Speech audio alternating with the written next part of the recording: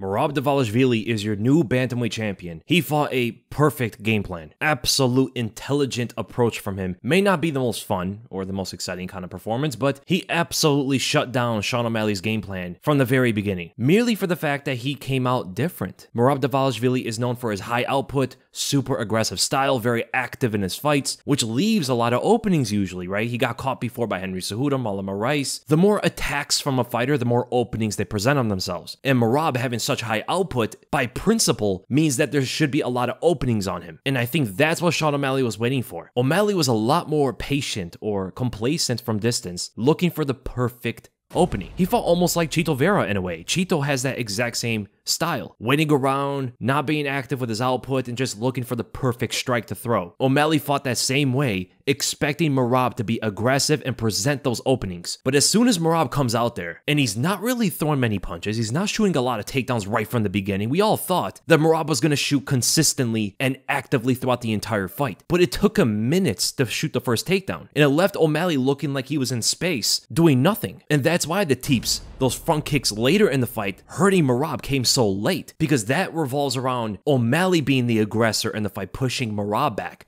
But I think his game plan was, knowing that he was going to get pushed back, Merab's aggressiveness and pressure wasn't going to allow front kicks to be presented. But I think O'Malley understood that the fight wasn't exactly how he game planned late into the fight. He started to defend takedowns better from the third round onward, and he started to land much better punches and much better kicks because of that. So this different approach from Merab Dvalishvili, being a lot slower pace, completely threw Sean O'Malley off. It kind of lulled him into a certain fighting style. It lulled him into a pace that he wasn't prepared for. And that is why you saw Merab's takedowns, his explosive entries from range, catching Sean O'Malley flat. O'Malley's really amazing with his footwork. He's so mobile. He's moving around all over the place. He has some of the best footwork we've seen in the sport. But what do you do to a fighter who relies on such good footwork? Changing the pace will throw that footwork off. It will cause them to move when they shouldn't move and not move when they should move. That's what lulling your opponent does. This is what Yoel Romero has done to many opponents in the past, catching them with flying knees and all sort of stuff. But Merab did it at a much higher level. And that is why it looked like O'Malley was flat-footed, getting taken to the ground by those double legs. It's because Merab lulled him into a certain kind of fighting pace that O'Malley was not prepared for. O'Malley was so frustrated, you could visibly see it on his face between rounds. It looked like for the first time, O'Malley didn't know what to do to win. And strange, even from his coach, after the fourth round, his coach told Sean, it's almost over. As if like he knew that Sean O'Malley was maybe giving up or something like that, or maybe he was just telling him, one more round, that's all you gotta do, just get the knockout in that round or something.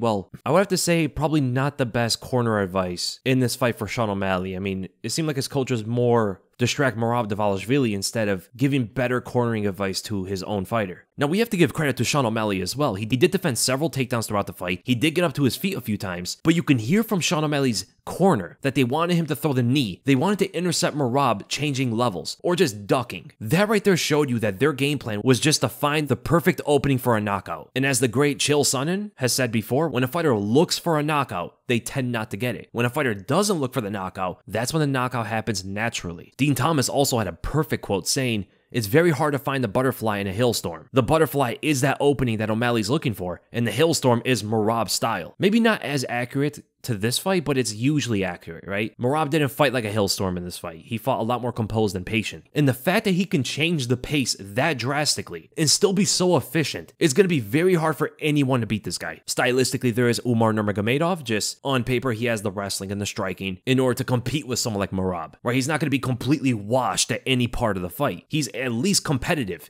everywhere. If not, he could even win. And it does seem like Merab and Umar are the best fighters at bantamweight. It really shows you how important it is to be well-rounded. Now, O'Malley does have good takedown defense. It just shows how effective Merab's style is. Technically, he may not be the best wrestler in the world, right? He may not be the best grappler we've ever seen, but he's very intelligent on the way he applies his wrestling skills combined with the cardio, and above all else, he's very good at finding openings for his double legs. I mean, there were moments where Sean O'Malley was gonna line up his right hand and Merab right under the punch, taking him to the ground. And this is off of Merab moving back and forth.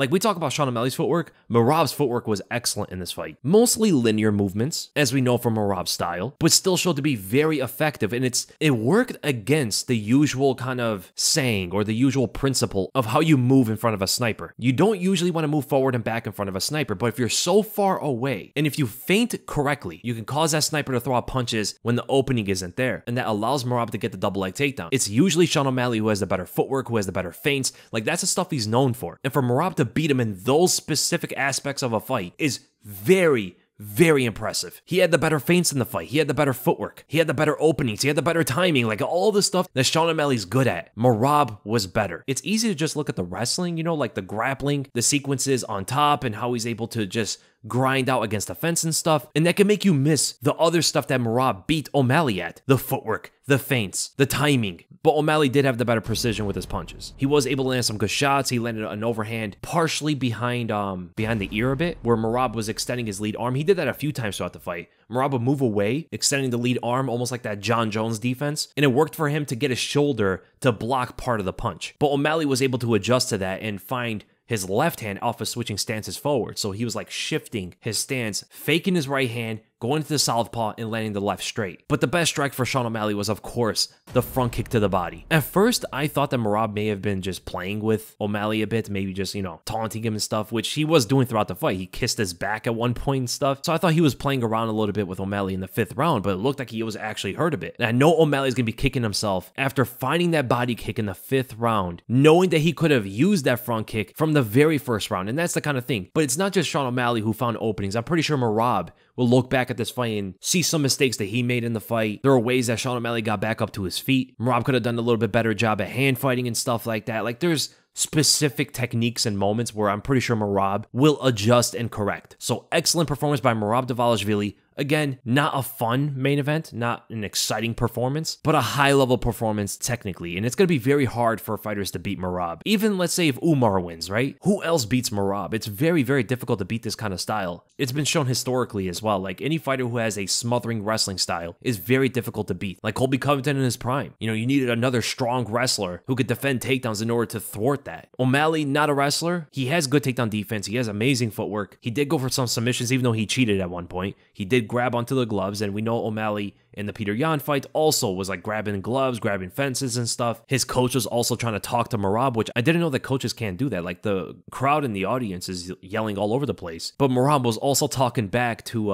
O'Malley's corner too. I don't know. I think that's kind of a silly rule, but I can understand why it could be distracting and stuff like that. Maybe the corners will stop giving their own fighter advice, but start to throw off their opponent, and it's not giving as much credit to the actual fighter in the cage. Maybe that rule is because they want the fighters themselves to be the main focus of a fight instead of the corner, you know? I don't know. Maybe that's what it is. And I think Merab should fight Umar next. Umar just had a good win over Corey Sandhagen. It seems like a lot of people want to see that fight. Joe Rogan was even talking about it. You know, that's going to be the next fight. I think Dana also mentioned it too. Who do I have winning that fight? I don't know, man. I think I'm going with Umar because he is, on paper, supposed to be the better striker of the two. He's also a phenomenal wrestler. He's big for the weight class as well. That guy's built like a ninja turtle. Like, he's jacked and all cut up. It's crazy how his physique is like that at bantamweight. And he also has good 5-round cardio. So it's not going to be like a dominant performance by Merab if he gets into the later rounds or something. No, this is going to be a competitive fight, I think, throughout all 5 rounds. It might be one of the 50-50 fights at a championship level, and that's going to be kind of exciting in a way. It's going to be a very, very high level fight. And as for Sean O'Malley, maybe now you do the Henry Cejudo, but Henry Cejudo actually says he's going down to 125. Maybe you do him versus Davison Figueiredo, but Davison and Peter Yan want to fight each other, or at least Peter Yan wants to fight Davison. But now that O'Malley lost, I think there's a lot more openings. Actually, the perfect fight, Sean O'Malley versus Corey Sandhagen. It's a fight we've been wanting for a long time. Stylistically, it should be exciting. Corey has changed his fighting style, so who knows? Maybe he wrestles his way to a win here. But knowing that he's fighting O'Malley, a lot of people are expecting Corey to fight how he used to, like when he fought Peter Yan. And that is still my favorite fight of all time. If he fights like that against Sean O'Malley, I mean, we're in for like a fight of the year contender. But those two fights seem to be the most logical next. Merab versus Umar, O'Malley versus Corey. And I hope you guys enjoyed the breakdown. If you did, make sure to give the video a like, make sure to subscribe, hit the bell for notifications, and I'll see you guys in the next video.